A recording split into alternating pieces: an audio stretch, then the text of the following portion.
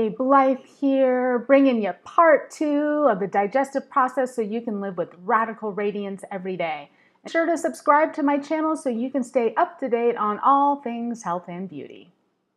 Now, if you're just joining me on this second tutorial, I will go ahead and post the first tutorial in the description, so that way you can go back and check all that out as well.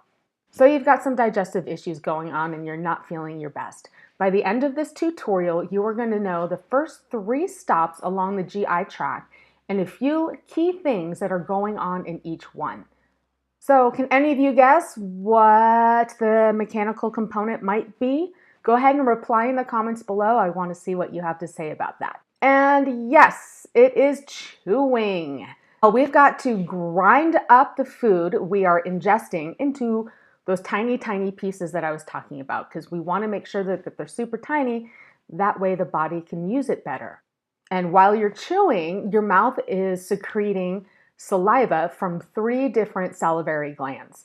And this secretion helps lubricate the food and makes swallowing much easier. You know, I'm sure I know I have, I can raise my hand on this one. You've swallowed a bit too soon and it feels like it kind of just gets stuck back there and you're grabbing some water to drink a little bit more because it just feels stuck there. So getting that salivary gland going and mixing in with the food is super important. Back onto talking about the saliva. Now, those salivas contain enzymes called amylase, and that is the chemical breakdown of carbohydrates. Kind of cool, right? So here's that chemical component that I was talking about, and we'll be kind of mentioning throughout this whole series. So once the food is sufficiently chewed and mixed well with the saliva, it is turned into what's called a bolus. And then that bolus gets passed along to the esophagus. You having fun yet? The esophagus is a tube that runs from the back of the mouth down through the center of the rib cage. Now notice in the diagram where the shoulders are and where the esophagus ends. Many of my clients are surprised by how long that tube actually is. Now, this tube structure squeezes bolus, which is the chewed up food that's mixed with saliva, and secretes mucus on its way to the stomach. Now, the mechanical motion of the esophagus is a wave-like motion called peristalsis. And before the bolus can enter into the stomach, it must pass through a valve or a trapdoor called the lower esophageal sphincter, LES for short. All right, so going back to that diagram, I want you to notice the location of the stomach. Many of my clients confuse their gut with their stomach.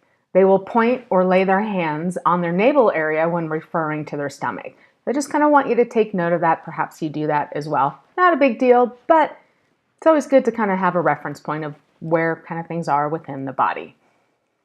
So the stomach, this is the first line of defense. I'm going to repeat that because it is kind of important.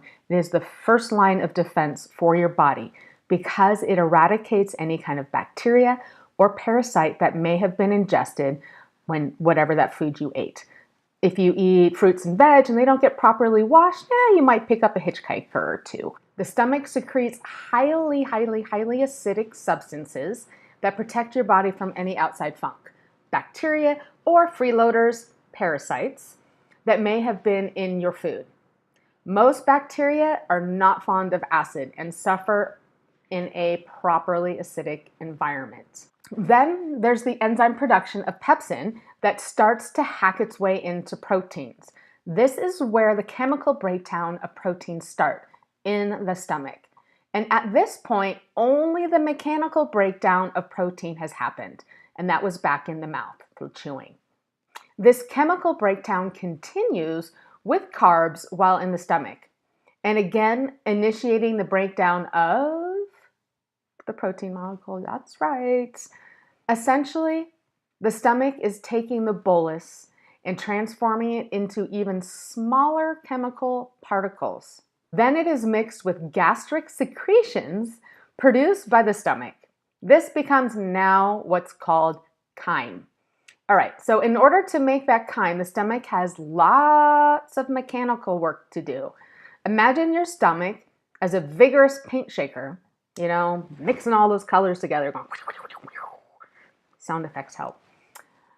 Before the contents in the stomach move on in the digestive process, it must pass through another trap door, the pyloric sphincter.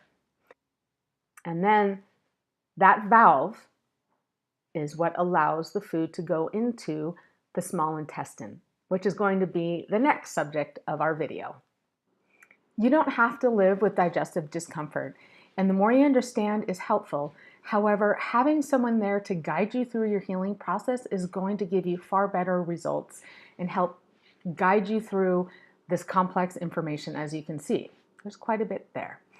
If you found this tutorial helpful, please let me know by liking it below, subscribe, and share it with your people.